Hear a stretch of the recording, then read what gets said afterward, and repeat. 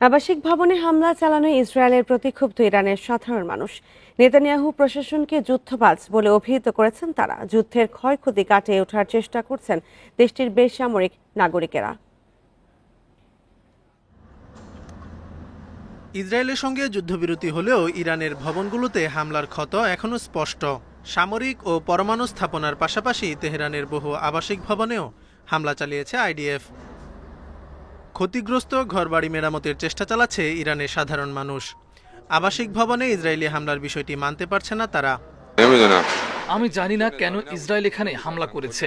এটি কোনো সামরিক স্থাপনা নয়, এটি কেবল একটি আবাসিক ভবন। সব তলায় ব্যবহৃত হয়েছে সাধারণ মানুষের বসবাসের জন্য।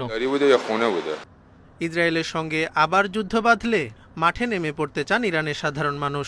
নেতানিয়াহু প্রশাসনকে যুদ্ধবাজ বলেও অভিহিত করেছে তারা।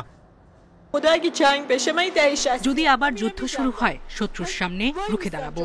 ইসরায়েল খুবই ভয়ঙ্কর, কারণ তারা কেবল হত্যা আর যুদ্ধ শুরুর চিন্তা করে। বিনা উস্কানিতে তারা ইরানে হামলা চালিয়েছে। ইরান কখনোই কোনো দেশে প্রথম হামলা করে না।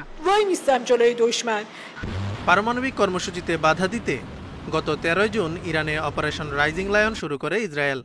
জবাবে ট্রু প্রমিস 3 অভিযান চালায় তেহরান। 12 দিনের হামলা পাল্টা হামলার পর যুক্তরাষ্ট্রের মধ্যস্থতায় যুদ্ধবিরতিতে যায় দুই পক্ষ। Zobayer Hossain, Independent news.